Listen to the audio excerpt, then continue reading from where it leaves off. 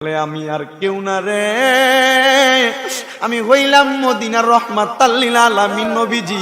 তোর সন্তানরা কোরআনে হাফেজ হওয়ার পরে গত রাত্রে তাহাজ্জুদের নামাজটা পড়া যখন সিজদায় পড়া আল্লাহ রাসূলের কাছে ডাক দিয়া বিচার দিছে, আমি দয়াল নবীর রওজা মোবারকে থাকতাম পারছি না, কোরআনে হাফেজের ডাকটা শুনে আমি নবী তোরে খবর দেওয়ার জন্য চলে আসি। একবার দিদার দিবেন গো নবীজি, আমার নয়ন ভরে তোমায় দেখব। একবার দিদার দিবেন গো নবীজি, আমার নয়ন, আর জোরে বলেন না, একবার দিদার দিবেন গো নবীজি, আমার নয়ন ভরে তোমায় দেখব। দিলের স্বাদ মিটাইয়া তোমায় দেখব, আমার নয়ন ভরে তোমায় দেখব। একবার দিদার দিবেন গো নবী, আমার নয়ন। এ ফরাজি কান্দির মনজুর আহমেদ রাফাই হুজুর কেবলা আমার নবীজির রওজা মুবারকের পাশে দাঁড়িয়ে দাঁড়িয়ে শানগুলা লিখতেন, নাতগুলা লিখতেন।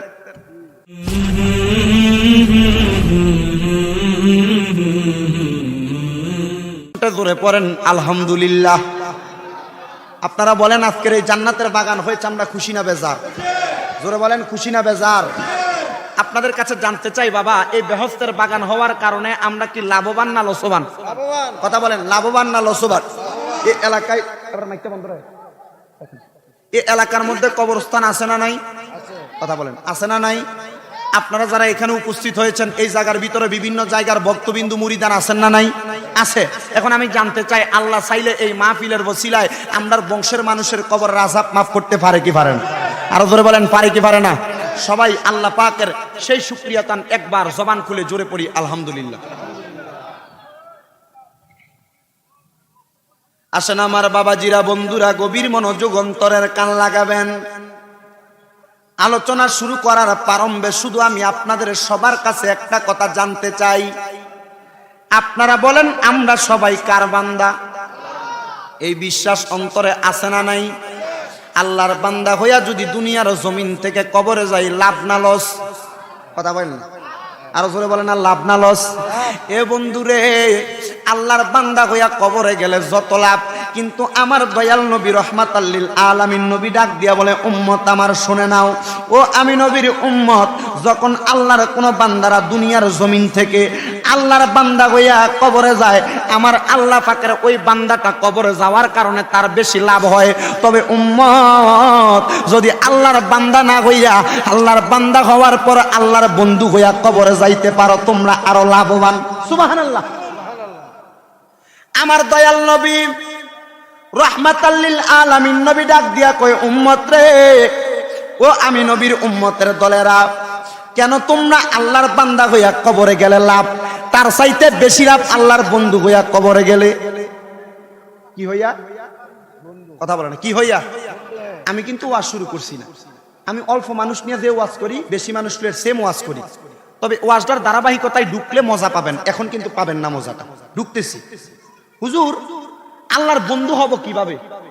আল্লাহ পাক রব্বুল আলামিন আমার নবীর মাধ্যমে বুখারী এবং মুসলিম শরীফের হাদিস মিশকাতুল মাসাবির 197 নাম্বার পৃষ্ঠার মধ্যে হাদিসটা বর্ণনা, মেন কিতাবে আল্লাহর হাবিব সাল্লাল্লাহু আলাইহি সাল্লাম বলছেন যে, ওয়ামা তাকাররাবা ইলাইয়া আবদি বিশাইইন আহাব্বা ইলাইয়া মিম্মা তারাতু আলাইহি। আল্লাহ পাকের ওই বান্দাটা দুনিয়ার জমিনে থাকা অবস্থায় যখন আল্লাহর বান্দা বেশি বেশি ফরজ ইবাদত করে, কি ইবাদত? 5 ওয়াক্ত নামাজ, কি ইবাদত? মা বাবার খেদমত, রোজা রাখা, হজ করা, যাকাত দেওয়া, ফরজ। আল্লাহ পাক বলেন এই বান্দাটা এগুলা করার কারণে আমার বান্দাতেই থাকে, তবে বান্দাতে থাকার পরেও এই বান্দাটা আমার কাছে প্রিয় হয়। তবে জানো, এই বান্দা প্রিয় হওয়ার পর ওয়ামা ইয়াজালু আবদি ইয়াতাকাররাবু ইলাইয়া বিন নওয়াফিল, ওই বান্দাটা আমি আল্লাহর কাছে ভালোবাসার পাত্র হওয়ার জন্য 5 ওয়াক্ত নামাজের পাশাপাশি একটা কাজ করে, সেটা হচ্ছে নফল ইবাদত। সুবহানাল্লাহ। ভাই যে কইেন আর জোরে কন্যা সুবহানাল্লাহ। সাহাবাই কেরাম আমার নবীর একটা ডাক দিয়া বলে, ইয়া রাসূলুল্লাহ, নবী গো, ইয়া রাসূলুল্লাহ, নবী গো, আমি জানতে চাই আমার আল্লাহর বান্দা যখন আমার আল্লাহ পাকের ইবাদতটা করে আল্লাহর প্রিয় হওয়ার জন্য, আমার আল্লাহকে ভালোবাসার জন্য, আমার আল্লাহ তখন কি করে? আমার নবী কয়, আমার আল্লাহ আমি নবীর মাধ্যমে জানাইয়া দেয়, হাত্তা আহবাবতুহু, আমার আল্লাহ পাকের নফল ইবাদত করার কারণে যখন বান্দাটা তাহাজ্জুদের নামাজ আদায় করে, যখন বান্দাটা আমার আল্লাহর কাছে আওয়াবিনের নামাজ, তাসবিহের নামাজ, ইশরাকের নামাজ পড়ে, শুধু তাই নয় রে, আমার বান্দাটা যখন, আমি নবীর উম্মতরা যখন আমার আল্লাহর কাছে ওয়ামিনাল লাইলি ফাতাহাজ্জাত বিহি নাফিলাতাল লাকা আসা ইয়াবাসাকা রাব্বুকা মাকামাম মাহমুদা, আমার নবীর সুন্নাহ মোতাবেক তাহাজ্জুদের নামাজ পড়ে, আমার আল্লাহ কি করে? হাত্তা আহবাবতুহু, ওই বান্দাটারে ভালোবাসতে শুরু কইরা দেয়। আমি জানতে চাই, আপনারা বলেন আমার আল্লাহ আমাদেরকে ভালোবাসুক, আমরা চাই কি চাই না? আরো জোরে কোন না, চাই কি চাই না? এখন আমার দয়াল নবী রাহমাতাল লিল আলামিন নবীর সাহাবাই কেরাম ডাক দিয়ে বলি, ইয়া রাসূলুল্লাহ, ইয়া হাবিবাল্লাহ, নবী গো, আপনার কাছে আমরা জানতে চাই আমার আল্লাহ যখন আল্লাহর বান্দাটারে ভালোবাসে আল্লাহ কি করে? আমার নবী ডাক দিয়া বলতেছেন, এবার আমার নবীর উম্মত শুনে নাও, ফাইজা আহবাবতুহু ফাকুনতু সামাআহু আল্লাযী ইয়াসমাউ বিহি, যখন আমার আল্লাহ আমার বান্দাটারে উম্মতটারে ভালোবাসে, আল্লাহর বান্দাটারে মুহাব্বত করতে শুরু করে দেয়, উম্মত, আমার আল্লাহ পাক রব্বুল আলামিন যখন আল্লাহর বান্দাটারে ভালোবাসতে শুরু করে দেয়, ওই সময় ওই বান্দাটা যে কান দিয়া কথা শুনে, আসলে ওই কানটা ওই বান্দার কান নয়। ও নবী গো, ওই কানটা কার কান? আমার দয়াল নবী ডাক দিয়া কইতাছে, ফাকুনতু সামাআহু আল্লাযী ইয়াসমাউ বিহি, ওই কানটা আমার আল্লাহর কুদরতি কান হইয়া যায়। সুবহানাল্লাহ, জোরে কোন না।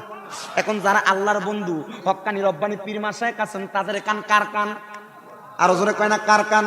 ওমা হুজুর, আল্লাহর তো কান নাই, হাত নাই, ধরা যায় না, ছোঁয়া যায় না, আল্লাহর কান আসলো কই থেকে? আমার নবী যে হাদিসের মধ্যে বলে, মেন কিতাব মিশকাতুল মাসাবির 197 নাম্বার পৃষ্ঠায়।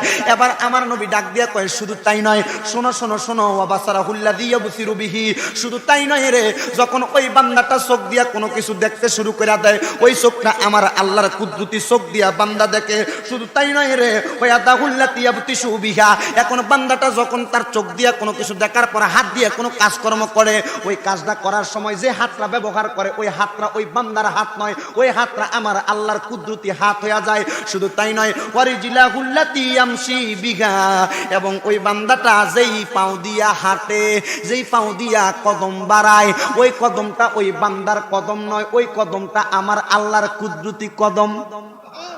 সুবহানাল্লাহ, জোরে কোন না। আল্লাহ আপনার কাছে জানতে চায়, আপনার কুদরতি কদম দিয়া কারা হাঁটে? বাদান রে আমার আল্লাহর কুদরতি কদম দিয়া পুরুষও হাঁটতে পারে, মহিলাও হাঁটতে পারে। আল্লাহর কুদরতি হাত দিয়া পুরুষও ব্যবহার করতে পারে, মহিলারাও ব্যবহার করতে পারে। সৈয়দ আবুল কাসেম নুরি হুজুর কেবলা বলেছেন, ও বাবা, দরবারের মধ্যে অনেক মা বোন এসেছেন, পর্দার আড়ালে আলোচনা শ্রবণ করতেছেন। মা বোনদের উদ্দেশ্য বলবো, যারা আজকের মাহফিলের ভাই বাবারা আছেন, আপনাদের উদ্দেশ্য বলবো, শুধু পুরুষ মানুষ তো আল্লাহর ওলি হবেন না, মহিলাগণ ও আল্লাহর ওলি হইতে পারবেন, তবে মহিলারা বায়াত করাইতে পারবে না, পুরুষগণ বায়াত করাবেন, কথা সত্য কথা। ও মা, আপনারও তো মন চায় আপনি আমার মৌলার সঙ্গে দিদার করতে, আপনারও তো মন চায় আমার আল্লাহর নূরানি তাজাল্লা দেখতে, আপনারও তো মন চায় আমার নবীর সঙ্গে দিদারে মুস্তাফা করতে। মা গো মা, এমনে পারবেন না গো মা। ও আমার আজকের এই মাহফিলের ভাই বাবারা, এমনে আমার মৌলার তাজাল্লি দেখা যায় না, এমনে আমার দয়াল নবীর দিদার পাওয়া যায় না।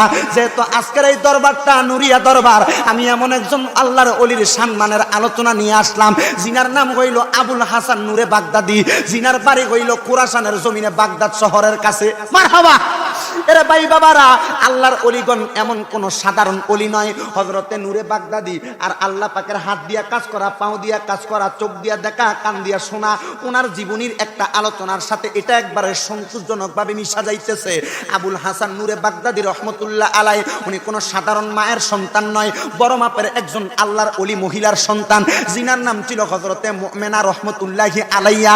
ও বন্ধু আমার, শুনে নাও শুনে নাও, মুমিনা রহমতুল্লাহি আলাইয়া আবুল হাসান হাসান নূরে বাগদাদি রহমতুল্লাহ আলাইয়ের জন্মগ্রহণের পূর্বে এ আমার মা আপনার সন্তান যখন দুনিয়াতে আগমন করবে, আগমন করার আগে আপনি মনে মনে নিয়ত করেন, আল্লাহর আসমানের দিকে তাকিয়ে থাকেন, মাবুদ রে আমার জাদুমণিটা দুনিয়ার আলো দেখবে, আমার সন্তানটা দুনিয়ার আলো দেখবে।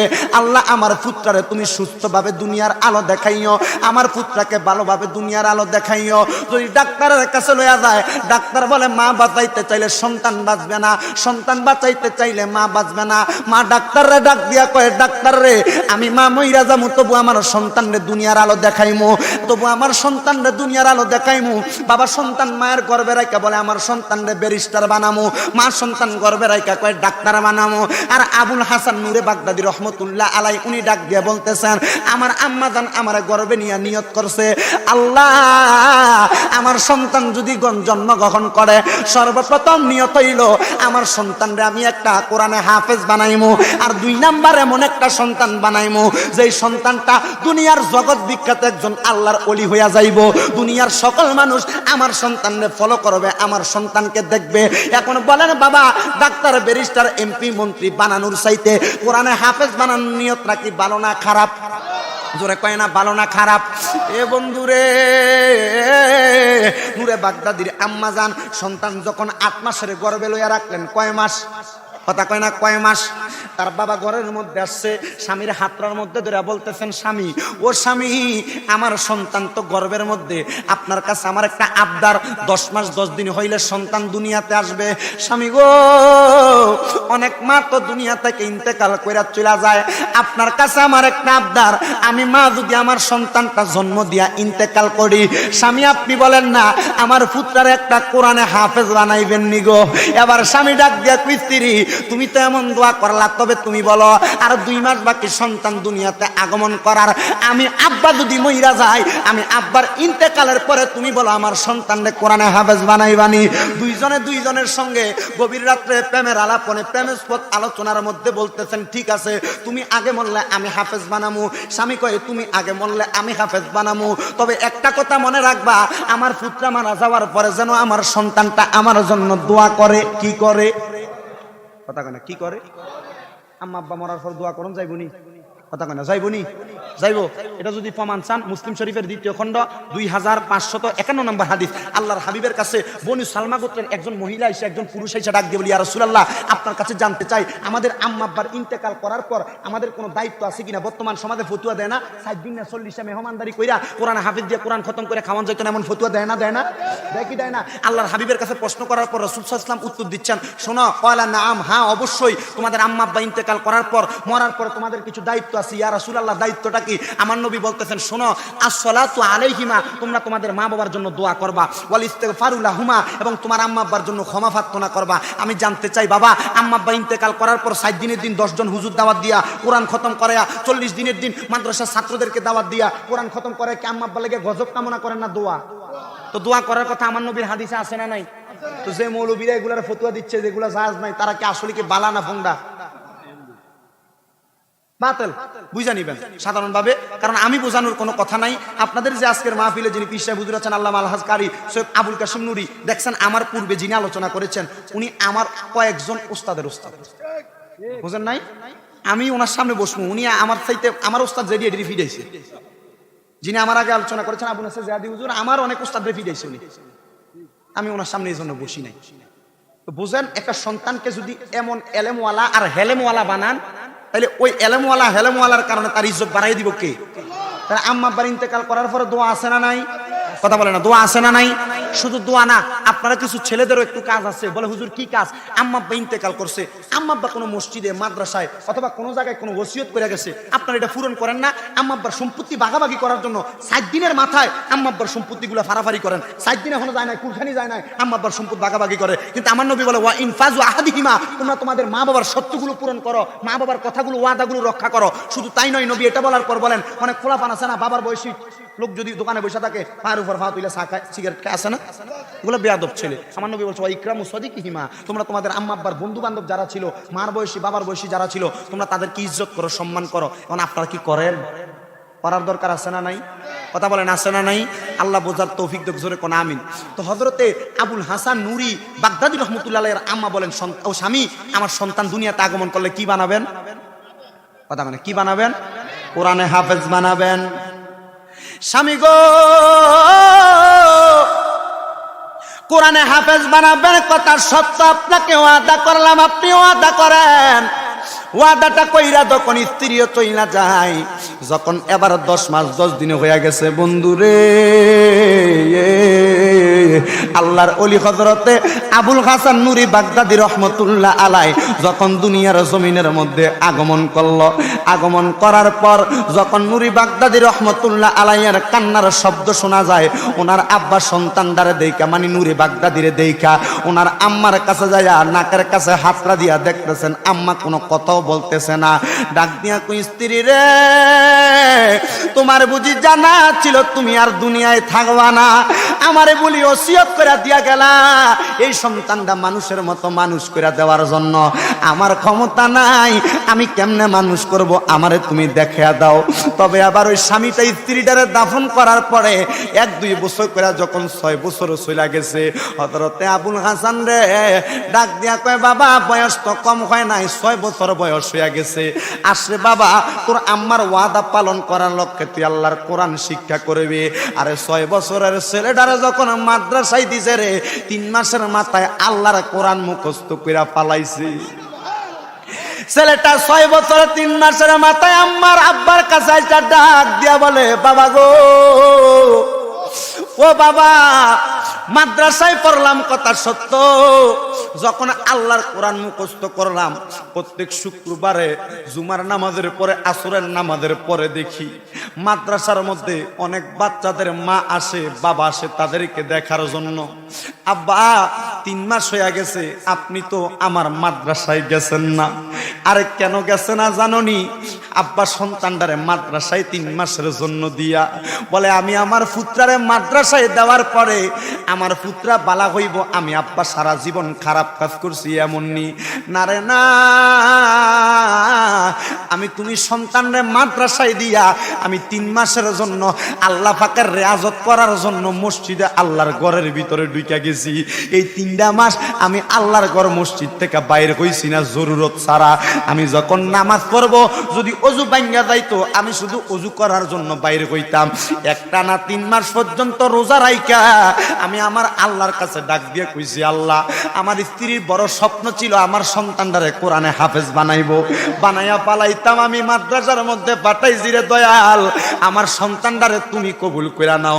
সন্তান রে, গতকালকে রাত্রবেলা আমি যখন তাহাজ্জুদের নামাজ পড়ার জন্য যখন সিজদার মধ্যে গেছি, আমি সিজদার ভিতরে যাইয়া আমি যখন আমার আল্লাহর কাছে চোখের পানি পালাইয়া পালাইয়া কাঁদতাছি, আমি 3 মাস 2 সন্তানের খবর রাখি নাই। আমি আল্লাহরে কইছি, আল্লাহ, ও আল্লাহ, আমার সন্তান যদি কোরআনে হাফেজ না হয়, আমি আমার স্ত্রীর কাছে কেমনে হাসরের ময়দানের চেহারাটা দেখাবো?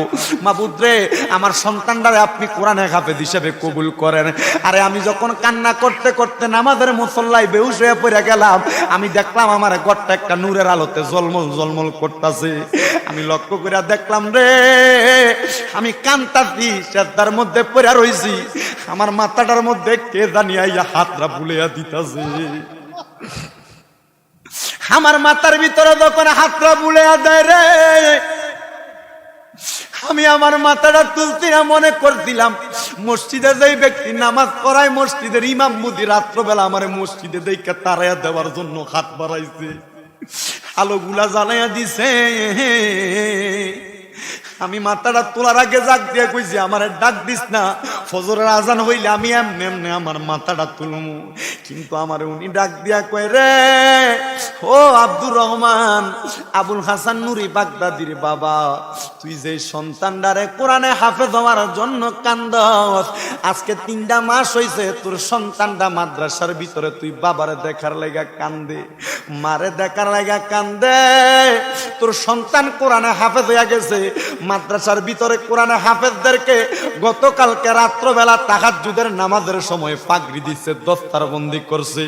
তোর সন্তান আব্বাও পাইছে না, আম্মাও পাইতে না, যে সন্তানগুলার মাথার মধ্যে কোরআনে হাফেজ হওয়ার পর পাগড়িগুলা পরাইয়া দেওয়া হয়েছে, তারা তাদের মাথার পাগড়িটা খুলে নিয়ে তারা আব্বার মাথার ভিতরে দিয়া দিছে। তোর সন্তান কান্দে, তুই বাবার চেহারা দেখছে না রে বাবা।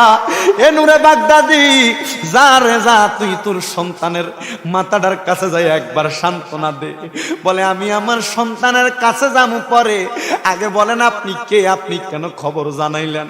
বলে আমি আর কেউ না রে, আমি হইলাম মদিনার রহমাতাল লিল আলামিন নবীজি। তোর সন্তানটা কোরআনে হাফেজ হওয়ার পরে গত রাত্রে তাহাজ্জুদের নামাজটা পড়া যখন সাজদায় পড়া আল্লাহ রাসূলের কাছে ডাক দিয়া বিচার দিছে, আমি দয়াল নবীর রওজা মোবারকে থাকতাম পারছি না, কোরআনে হাফেজের ডাকটা শুনে আমি নবী তোরে খবর দেওয়ার জন্য চলে আসি। আল্লাহু আকবার।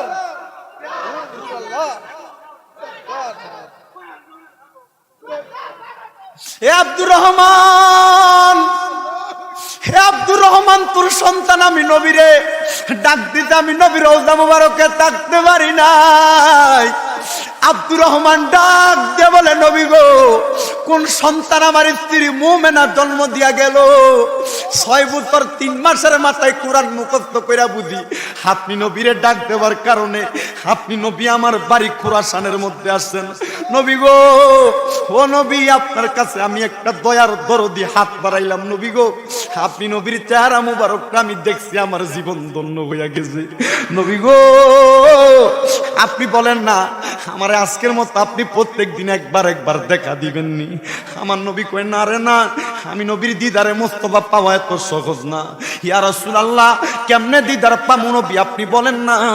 আমার নবী কয়, আব্দুর রহমান, তোর সন্তান কোনো সাধারণ সন্তান নয়, কোরআনে হাফেজ হওয়ার পর আমার আল্লাহ তারে কবুল কইরা নিছে। মনে রাখবি রে, তোর সন্তান জগৎ বিখ্যাত একজন বড় মাপের ওলি হইব। আরে আব্দুর রহমান কয়, নবী গো, ও নবী, আমার সন্তান বড় মাপের ওলি হইব, এই দোয়াটা তো তার মা কইরা দিয়া গেছিল। আমার নবী আব্দুর রহমান রাহমাতুল্লাহ আলাইহি ডাক দিয়ে বলে, রে আব্দুর রহমান, তোর স্ত্রীও কোনো সাধারণ মানুষ ছিল না, তোর স্ত্রীটাও আমি নবীর একটা পাগলি ছিল, পাগলি, আমি নবীর একটা আশেকা ছিল। তোর স্ত্রী যখন তাহাজ্জুদের নামাজের সাজদায় যাইতো, শুধু তোর সন্তানের জন্য কাঁদতো। কেন কাঁদতো জানোস নি? আমার নবী হাদিসের মধ্যে বলছে, কোন আম্মা আব্বা যদি মারা যায়, আম্মা আব্বা মারা যাওয়ার পরে সন্তান যদি জানাজার নামাজ পড়ানোর জন্য দাঁড়ায়া যায়, আল্লাহু আকবার কইয়া তাকবীর তাহরিমা দিয়া সালামটা ফিরানোর আগে নাকি আম্মা আব্বার জীবনের গুনাহ আল্লাহ মাফ কইরা দেয়। তোর স্ত্রী গুনার জন্য কাঁদছে, আর আমি নবী তারে বড় পছন্দ করছি, আমি নবী তারে আমার আশেকা বানাইছি। তোর স্ত্রী কান্না করার কারণে আমি নবীর কাছে বড় মায়া লাগছে। তোর স্ত্রীর আশা হইল কোরআনে হাফেজ পোলাটা তোর স্ত্রীর জানাজা পড়াই বসে পায় নাই। তবে মনে রাখবি, তোর স্ত্রীর কবরটার পারে দেয়া তোর সন্তানরে বলবি একটা বার দাঁড়াইয়া দোয়া করার জন্য। হযরতে আব্দুর রহমান একটা দৌড় মারছে, ডাক দিয়া কইরে, সন্তান, তুমি বুঝি আমি আব্বার কাছে চলে আসলা? স্বপ্নটা থেকে উইঠা দৌড় মাইরা ফজরের নামাজের আগ মুহূর্তে মাদ্রাসায় দরজায় যা দাঁড়াইয়া রইছে। মাদ্রাসায় দরজা থেকে কেউ বাইর হয় না, কারণ ফজরের নামাজের আগে সবগুলা মানুষ ফজরের আজানের আগ পর্যন্ত সুবহে সাদেকের আগে তাহাজ্জুদের নামাজে দাঁড়ায়। এই সন্তান বড় ডাক দিব, আমি আব্দুর রহমানের কোনো যোগ্যতা ছিল না, আমার পুত্র আমি ডাক দিব, আমার কোনো যোগ্যতা নাই। এ কেন যোগ্যতা নাই? এ আমার সন্তান এমন কামেল হয়ে গেছে, আমার সন্তান এমন মুকাম্মেল হয়ে গেছে, আমার সন্তান এমন দরজার ওলি হয়ে গেছে, আমার সন্তান এমন দরজার একটা মানুষ হয়ে গেছে, যেই সন্তান ডাক দিলে মদিনার নবীর রওজা মুবারক থেকে আমাকে দেখা দেওয়ার জন্য আমার বাঙ্গা ঘরে চলে আসতে পারে। আমি আমার পুত্রে ডাক দিব, আমার এমন ক্ষমতা নাই। আমি মাদ্রাসায় দরজায় দাঁড়ায় দাঁড়ায় শুধু কাঁদছি। হঠাৎ করে দেখলাম একটা ছেলে নুরানি চেহারাওয়ালা মাদ্রাসার মধ্য থেকে সাদা পোশাক পরনেওয়ালা বাইর হয়ে আসছে। আমি ডাক দিলাম, এ বাবা, আমার সন্তান আবুল হাসান কোথায়? আপনার সন্তান তো শুধু আবুল হাসান নয়, তাকে তো আবুল হাসান নূরে বাগদাদি উপাধি দেওয়া হয়েছে। 6 বছর 3 মাস বয়স, তার নাম নাকি নূরে বাগদাদি দেওয়া হয়েছে। বলে কেন কেন আবুল হাসানের নাম নূরি রাখা হইল? কয় এমনি রাখা হয়েছে না, আবুল হাসান 3 মাসে কোরআনে হাফেজ হওয়ার পর যখন নামাজ পড়ার জন্য মাদ্রাসার আলাদা কাছারি ঘরের মধ্যে গভীর রাত্রে কোরআন তেলাওয়াত করত, সব ছাত্ররা দেখতো আবুল হাসানের ঘর থেকে আল্লাহর আসমানের দিকে একটা নূরের আলো ঝলমল করতেছে। আর জোরে নাম শুধু আবুল হাসান, উপাধি দিয়া দিল নূরে বাগদাদি। বাগদাদে পড়ালেখা করেছে, আর নূরি উপাধি দেওয়ার কারণ হইল সে যখন ইবাদত করত 3 মাসে কোরআন মুখস্থ করেছে। মুখস্থ করার পর শুধু শোনানোর জন্য, কোরআন শরীফটা ইয়াদরা ঠিক রাখার জন্য, কলবে রাখার জন্য যে ঘরের মধ্যে বৈশা বৈশা আল্লাহর কোরআন তেলাওয়াত করত, ওই ঘরের মাঝখান থেকে আল্লাহর আসমান পর্যন্ত একটা নূরের আলো জলমল জলমল করত। এ যুবক, তুমি চিন্তা করো, তুমি যুবকের মুখের মধ্যে বোম মারলে সূরা ফাতিহা শুদ্ধভাবে বাইর হবে না। এ মুরব্বী, তুমি চিন্তা করে দেখো, তুমি মুরব্বী আল্লাহর কোরআনের দিকে তাকাইবা দূরের কথা, আল্লাহর কোরআন বছরে একবার তুমি দইরা দেখো না। এ পর্দার আড়ালের মা, তুমি চিন্তা করো, তোমার ঘরের মধ্যে যে কোরআন শরীফ আছে, মাহে রমজান 1 আর 15 দিন ইউজ করো, তেলাওয়াত করো, পরের বছর যে আবার হাত দাও, তোমার কোরআনের উপরে আধা ইঞ্চি পরিমাণ 2 সুতা পরিমাণ বালু জইমা রইছে। আল্লাহর কসম, এই কোরআনের বদদুয়া সহ্য করতে পারবা না। যাদের ঘরের মধ্যে কোরআন শরীফ আছে, এই মাহফিল থেকে যাওয়ার পর আগে আল্লাহর কোরআনটা উযু করে হাতে নিয়া যদি কোনো ময়লা থাকে পরিষ্কার করে পালাইবা। খোদার কসম, এই কোরআনের হেফাজত করার কারণে আমার আল্লাহ পাক রব্বুল আলামিন তোমার হেফাজতদার জামিনদার হয়ে যাবে। আল্লাহ, তোমার রিজিক নাই, কামাই রুজি নাই, বরকত নাই। এ বরকত হবে কেমনে? তোমার ঘরের কোরআন শরীফের উপরে তোমার আধা ইঞ্চি পরিমাণ বালু। এ বরকত হবে কেমনে? ঘরের মধ্যে খোদাই রহমত আসবে কেমনে? আল্লাহর কোরআন তেলাওয়াত বছরে একবার তেলাওয়াত করতে ভুইলা যাও। মাহে রমজানে প্রথম রমজান নিলে 15 রমজান পর্যন্ত পড়ো, আবার ঈদ মার্কেটের সময় আসলে আবার কোরআন তেলাওয়াত ভুইলা যাও না। মুসলমানের পরিচয়টা নয়। আল্লাহর কোরআনটারে বুকে ধারণ করো, আল্লাহর ওলিদের নামটা বুকে ধারণ করো, মাদ্রাসার সঙ্গে সম্পর্ক করো, সন্তানরে মাদ্রাসায় পড়াও, কোরআনে হাফেজ বানাও। দেখবা তোমার জীবন কবর থেকে ফুলসেরাত, ফুলসেরাত থেকে মিজান, মিজান থেকে হাসর, এমন ভাবে সকল জায়গার মধ্যে উজ্জ্বল বানায়া দিবে কি? ডান হাত তুলে বলেন কে দিবে? এ ডান হাত তুলে দেখান কে দিবে? আপনারা বলেন আল্লাহর কোরআন কারা কারা এই বুকে ধারণ করতে চান? 2 হাত মিলে আমার আল্লাহকে দেখায় দেন। একটা তাকবীর হবে, জোরে একটা তাকবীর হবে।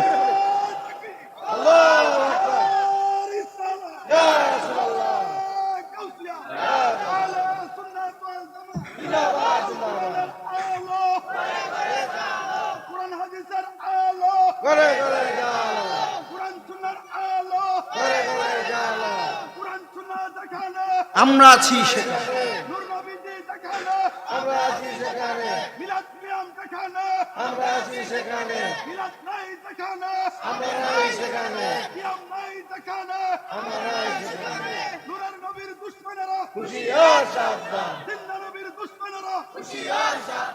এই আজকে এই ব্রাহ্মণবাড়িয়া জেলা আখাউড়া থানাধীন রানীখার গাউসিয়া নুরিয়া দরবার শরীফ থেকে আজকের মাহফিলের যিনি সম্মানিত সদারত কারি আল্লামা আলহাজ কারি সৈয়দ আবুল কাশেম নুরি হুজুরকে সামনে রেখে আজকে আপনাদের কাছে একটা আহ্বান করে যাই।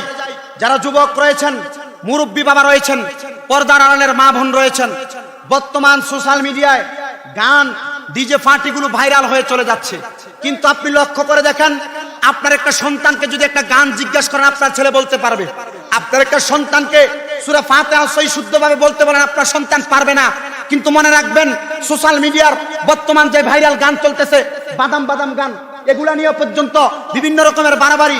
জিজ্ঞাসা করেন অ্যান্ড্রয়েড ফোন ইউজ করে একটা যুবককে, একটা যুবক না এটা সম্পর্কে জানে না। জিজ্ঞাসা করেন এই যুবক, তুমি কি আল্লাহর কোরআনের সূরা ফাতিহা তেলাওয়াত করতে পারো? বলে হুজুর জানি না। কেন জানো না?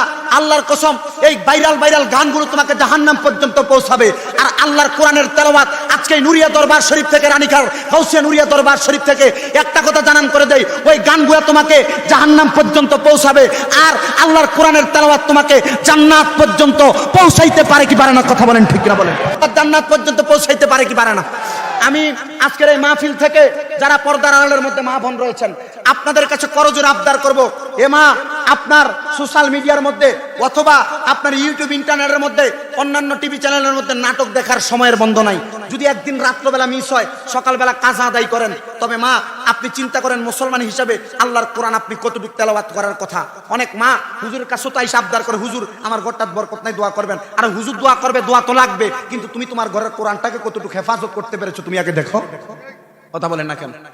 আপনারা যারা পুরুষ রয়েছেন, আপনাদের কাছে আমার করজোড়ে আবদার থাকবে, বলে হুজুর আমরা পুরুষ আছি। হ্যাঁ আছেন, আপনার দায়িত্ব, স্ত্রীকে খাওয়াচ্ছেন পড়াচ্ছেন, এখানে শেষ নয়। আপনি আপনার স্ত্রীকে এখান থেকে যাওয়ার পর বলবেন আমার ঘরের কোরআন শরীফটা কই আছে, কেমন আছে দেখো, তুমি এই কোরআন কয়দিন তেলাওয়াত করছো এই বছরে হিসাব দাও। পারবে না হিসাব দিতে, ধমকের দরকার নাই, এখন থেকে বলে দিবেন প্রত্যেকদিন সকালবেলা আগে 1 পৃষ্ঠা কোরআন তেলাওয়াত আগে করবা, এরপরে নাস্তা বানাইবা, নাইলে বানানোর দরকার নেই। কথা কন না কি লেগা? বলে হুজুর এটা কমু দূরের কথা, সকালে কাজে যাওয়ার সময় নাস্তার কথা কমু, নাস্তা 1 মিনিট দেরি হইলো তো তাই মাল হয়ে গেলে আমি কথা কই না? হ্যাঁ ভুল করলাম না? কোনো গালি দেয় কি দেয় না? আরে ভাই মহিলাদের কাজের অবস্থাটা তো আপনি বুঝতে হবে। তারাও তো কষ্ট করে, সারা রাত আপনার জন্য কাজ করে, কিন্তু আবার সকালবেলা আপনার জন্য নাস্তার ব্যবস্থা করা, এটাও তো একটা কষ্টের ব্যাপার। তো মা বোনদেরকে আপনি একটু সময় দিতে হবে না? স্যাক্রিফাইসের মাধ্যমে আপনার সংসারটাকে আপনি পরিচালনা করা লাগবে না? তো দেখবেন যখন এটা করবেন আপনার সন্তানও ভালো হবে। হুজুর কিভাবে? যখন আপনি আপনার সন্তানের সামনে আপনার স্ত্রীকে একটা গালি দিবেন, খারাপ ভাষায় কথা বলবেন, ধমক দিয়ে কথা বলবেন, আপনার সন্তান কিন্তু এটা আপনার থেকে শিখতেছে। না ঠিক কইতো না একটা।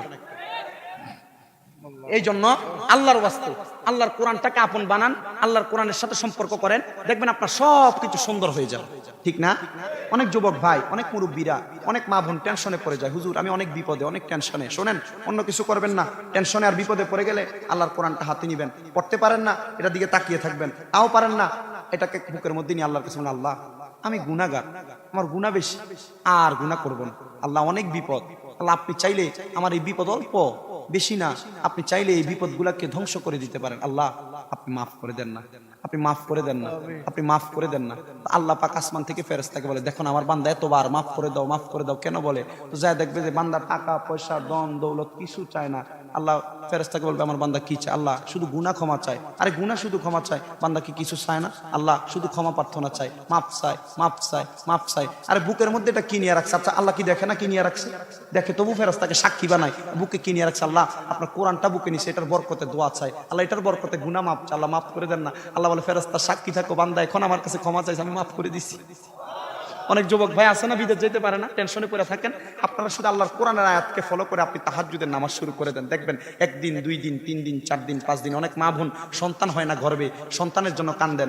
অনেক বাবারা ব্যবসায় বরকত হচ্ছে না, ব্যবসা বরকতের জন্য আইসা পড়ে থাকেন। আরে বাবা তাহাজ্জুদের নামাজ পড় বাবা, তাহাজ্জুদের নামাজের মধ্যে আল্লাহর কাছে চোখের পানি ফাল। আল্লাহ বলবে, এ বান্দা কি হয়েছে দেখোস না, আমার বান্দা কেন কান্দে? ফেরেশতা দেখোস না, বারবার যখন ডাকবেন তখন আমার আল্লাহ পাকের ফেরেশতা বলে, আল্লাহ আপনার বান্দা শুধু সমস্যার সমাধান চায়। বলে সমস্যার সমাধান চায় তো বান্দা সেজদাতেই কেন সুবহান রাব্বিয়াল আলা বলে কেন? আল্লাহ আপনার ইবাদত করলে বান্দা জানে সব সমস্যার সমাধান হয়ে যাবে। আল্লাহ বলবে, যাও না, যেহেতু আমি আল্লাহরে খুশি করেছে, তুমি আমার বান্দার সমস্যার সমাধান করে আমার বান্দাকে খুশি করে যাও। আর জোরে বলবেন না সুবহান? আল্লাহ বোঝার তৌফিক দান করুক, জোরে বলেন আমিন। সবাই দরুদ শরীফ পড়ি, আল্লাহুম্মা সাল্লি আলা মাদিনা বিয়ানা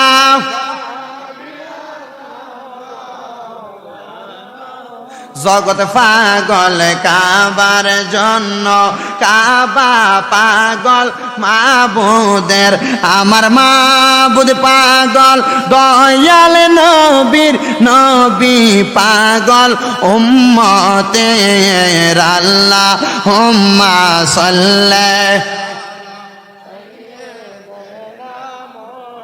মাদিনা বিয়ানা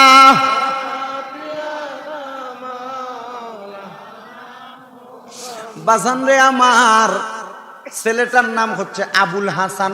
কি হাসান? এখন নাম পড়ছে নুরি। মারহাবা কয় না? নুরি বাবা মাওলানা, আমরা তোমার দিওয়ানা, আমায় তুমি বুইলা যাইও না রে নুরি বাবা মাওলানা, আমরা যে তোমারই দিওয়ানা। চলবে তো ইনশাল্লাহ? হবে ইনশাল্লাহ একটু পরে। ছেলের নাম আবুল হাসান। নাম কি? নাম পড়ছে কি? নুরি। নাম পড়ছে কি? দিছে কে? এলাকার মানুষ। বাগদাদে পড়ালেখা করেছে বিদায় নুরি বাগদাদি। কেন? উনি যখন ইবাদত করতেন ওনার ঘর থেকে আল্লাহ পাকের আসমান পর্যন্ত একটা নূরের আলো ঝলমল করতো। সুবহানাল্লাহ কন্না। এরে বন্ধুরা রে, বন্ধুরা রে, সবাই ডাক দিয়া কয় শুধু আবুল হাসান না, তার নাম হইল আবুল হাসান নূরে বাগদাদি। বলে আমি তার সঙ্গে দেখা করতে চাই। বলে পারবেন না? কয় আমি তার বাবা। কয় বাবা হইলে কি হইব রে? তাহাজ্জুদের নামাজ পড়ে সাজদার মধ্যে গেছে, যতক্ষণ না পর্যন্ত মসজিদের মুয়াজ্জিন আল্লাহু আকবার বলে ডাক না দিব আপনার সন্তান সাজদা থেকে মাথা উঠাইতো না। বলে কেন গো? আমার সন্তান সেজদার মধ্যে কি করে? কয় আপনার সন্তানকে একদিন জিজ্ঞাসা করছি তুমি সেজদায় এতক্ষণ কি করো? এতক্ষণ তো লাগে না। সেজদার মধ্যে 3 বার সুবহান রাব্বিয়াল আলা, সেজদার মধ্যে 5 বার সুবহান রাব্বিয়াল আলা, সেজদার মধ্যে 7 বার সুবহান রাব্বিয়াল আলা পড়ে, তুমি কেন এতক্ষণ কি করো? কয় আমার এই সেজদাটা দুনিয়ার কোনো মানুষের সেজদা নয়, আমার আল্লাহর কুদরতি কদমের সেজদা।